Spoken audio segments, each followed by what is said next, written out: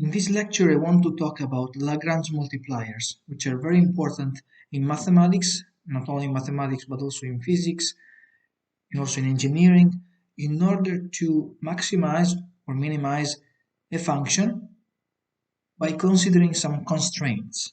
So we have a function f of x, let's say, where x belongs to Rn, and then we have m constraints, m. So m not equal to n in general. The constraints are given by m functions, g1 of x equal to 0, g2 of x equal to 0, and so on and so forth until gm of x equal to 0. So basically we have a function g, which is a vector, and this vector g belongs to Rn, whereas x belongs to Rn, as we said, and this is equal to the 0 vector. Now, we want to find a way to maximize, or in general optimize, a function f of x by considering these constraints. Is there a way to do that? In general, if we don't have constraints, one way to maximize or in general optimize a function, we take the gradient of the function and then we set the gradient equal to 0, right? But now we have to be more careful because we have constraints given by these functions. And what I'm going to do here to give you the intuition is to rewrite this set of equations like this. So let's start from g1. We want to rewrite g1 in the vicinity of the point x, which you have to think that this point is the one which extremizes our function f. It optimizes our function f. We can linearize in the vicinity of this point this function g1, and we can find the point x1, for example. So let's assume that we can linearize the function, and x1 can be written as a function h1 of x2, x3, x4, ... xn. So we assume that we can make this kind of linearization and express x1 in terms of this function like here. So this is quite general. If the function is smooth enough, this can be done in the vicinity of the point x. Similarly for all the others, all the way down to xm, xm will be hm of x1, x2, ... xm minus 1, then we go to xm plus 1, ... xn. Now, this can be done because in general, if we start from a function gi of x and we want to linearize it in the vicinity of this point, this will be approximately equal to gi of x prime plus the gradient of gi dot product x minus x prime, and this can be rewritten like this: gi of x prime minus gradient of gi dot x prime.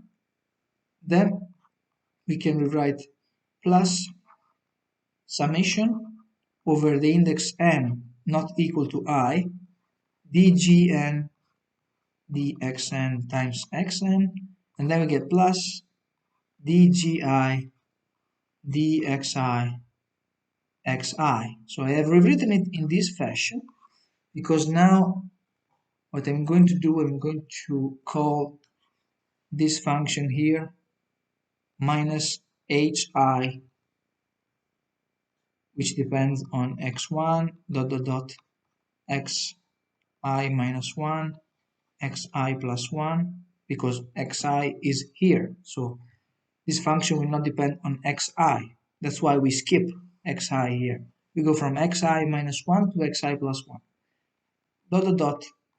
xn, right? And then we multiply this by dgi dxi, just for the sake of convenience. This is, after all, the definition, right?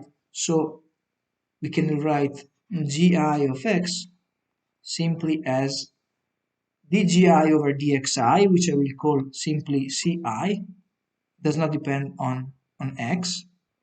This function here depends on x prime in general, on the x primes. So this should be treated as a constant. It does not depend on x1, x2, x3, but it depends on x1 prime, x2 prime, x3 prime. And x1 prime, x2 prime, x3 prime are very close to x1, x2, and x3. Okay, so this is some kind of intuition. I don't want to be rigorous here, but let's define ci, and then this multiplies minus hi, and then we get plus xi, like this. And this will be approximately equal to 0, right? Because gi of x is equal to 0.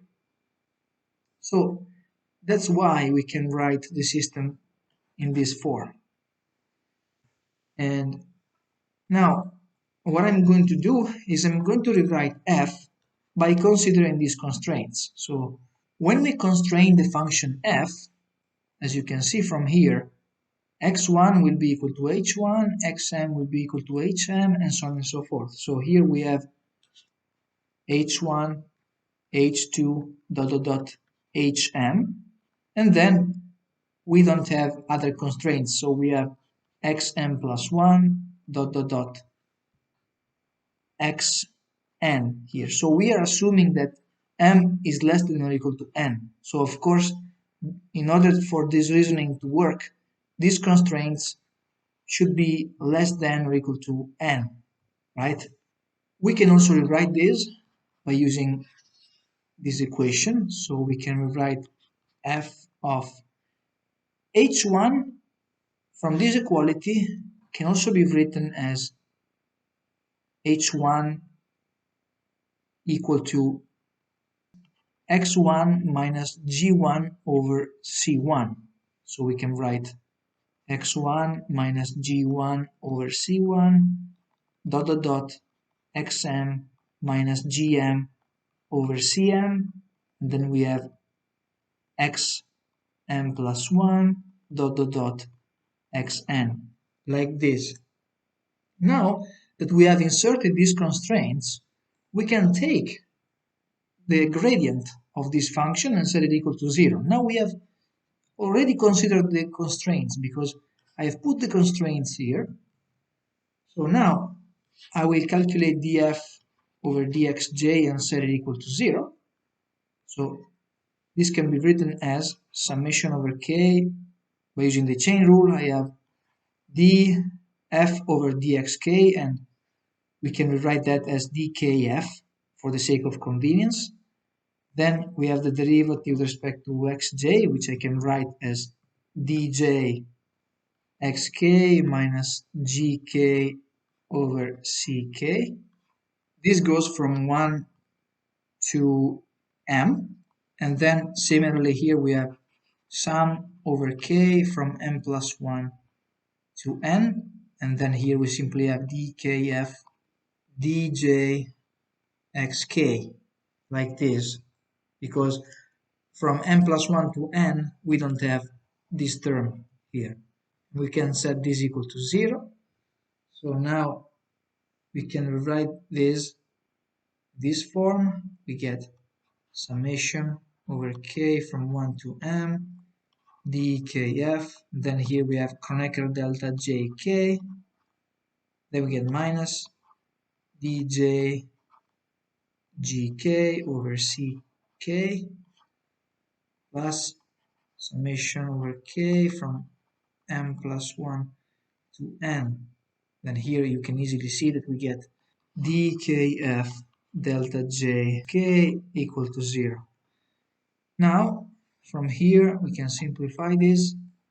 We can put together this one with this one, so we get summation over k from 1 to n dkf delta jk minus summation with k going from 1 to m dkf djgk over ck, and remember that ck is just, if you remember,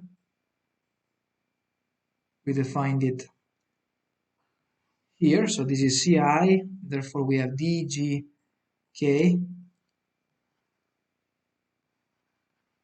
with respect to xk, so dkgk. We can rewrite it like this and set this equal to 0, like this. So k will be some number that goes from 1 to n, but j will be a number that can be 1, 2, 3, all the way up to n. So from here, since we have this Kronecker delta, we will get simply djf, like this, right? Here you can write this ratio simply as lambda k, and what you get from here is basically this: the gradient of f, djf is the gradient of f minus summation over k from 1 to m, lambda k, gradient g k equal to 0, like this.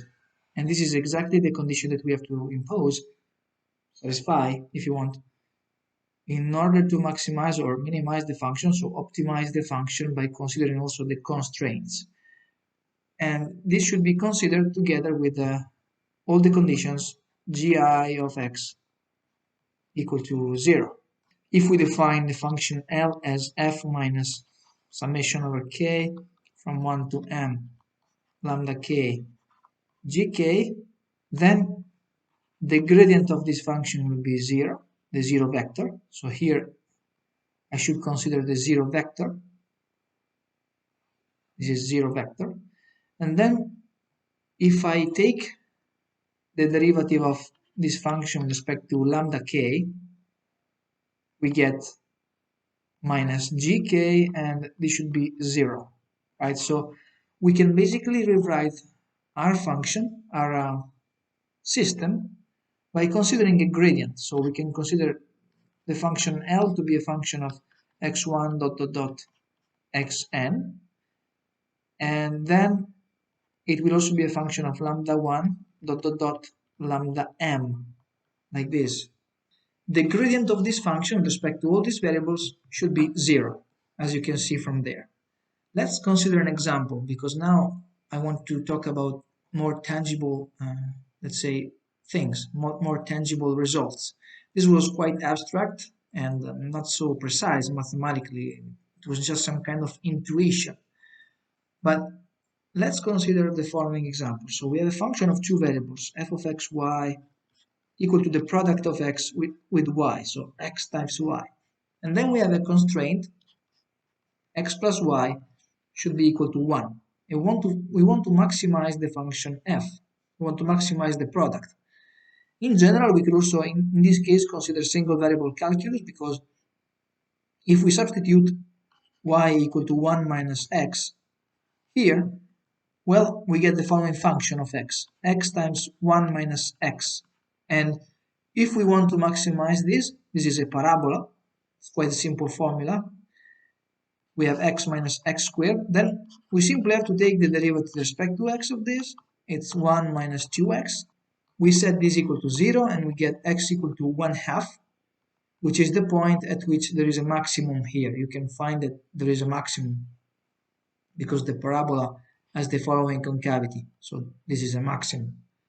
But now if you want to use Lagrange multipliers, from here we have to rewrite x times y minus lambda times x plus y minus 1, which is g equal to 0 if you want. So we can rewrite this as x plus y minus 1 equal to 0, and this is simply g of xy equal to 0, right? So this is g of xy. Now this is our function L, and basically what we have to do is we have to calculate the gradient of L. So dl over dx is equal to y minus lambda. Then we have dl over dy, which is equal to x minus lambda, and dl over d lambda, which is simply, we know, minus x plus y minus 1. like this, and this should be also equal to 0. So this should be 0, this should be 0, and this should be 0. Now from the first two, this one and this one, you get that y is equal to lambda, which is equal to x, and from here you get 2 lambda equal to 1. So basically you get exactly the same result. Lambda is equal to 1/2, which is equal to x, which is equal to y. It was a very simple one. But now we can also generalize this to another more complicated example. The following example cannot be done with a single variable calculus. We have f of x1 dot dot dot xn, which is given by the product of all these variables, x1 times x2 times x3 dot dot dot times xn. And then we have x1 plus x2 plus x3 plus dot dot dot plus xn equal to 1. So this is another example. And with the Lagrange multipliers, it's quite easy to solve this problem. So we have only one constraint, which is this one. So we will only have one lambda. And our function L will be given by f minus lambda times x1 plus x2 plus dot dot dot plus xn minus 1. And similarly now we have to calculate the gradient of L. So dl over dx1 will be x2 x3 times dot dot dot xn. Then we get minus lambda equal to 0. So we get this is equal to lambda. Then when we take the derivative with respect to x2, we get x1 x3 dot dot dot xn equal to lambda, and then you get the idea, you get the parent. So here when you take the derivative with respect to xn, you have x1 x2 x3 dot dot dot xn minus 1 equal to lambda. Now from all these equations, which are quite simple equations, so for example from the first two, you can see that x1 should be equal to x2, right? Because this is equal to this if x2 is equal to x1. This is the only difference between the two. All the others, this part here is the same, right? And we don't want these variables to be 0, for example, because otherwise the product would be 0, and we want to maximize the product. And similarly, you can take, for example, this one with the last one, and you can see that these two here are the same, this one and this one, if x2, which does not appear here, is equal to xn, which does not appear here. So x2 equal to xn. And then you get the idea, of course. At the end of the day, you get that x1 should be equal to x2, which should be equal to x3, equal to dot dot dot equal to xn. So they are all the same. You also know that their sum should be equal to 1, therefore each of them should be 1 over n, right? This is a formal way to derive the result, which is quite intuitive. And we used Lagrange multipliers in order to derive this result.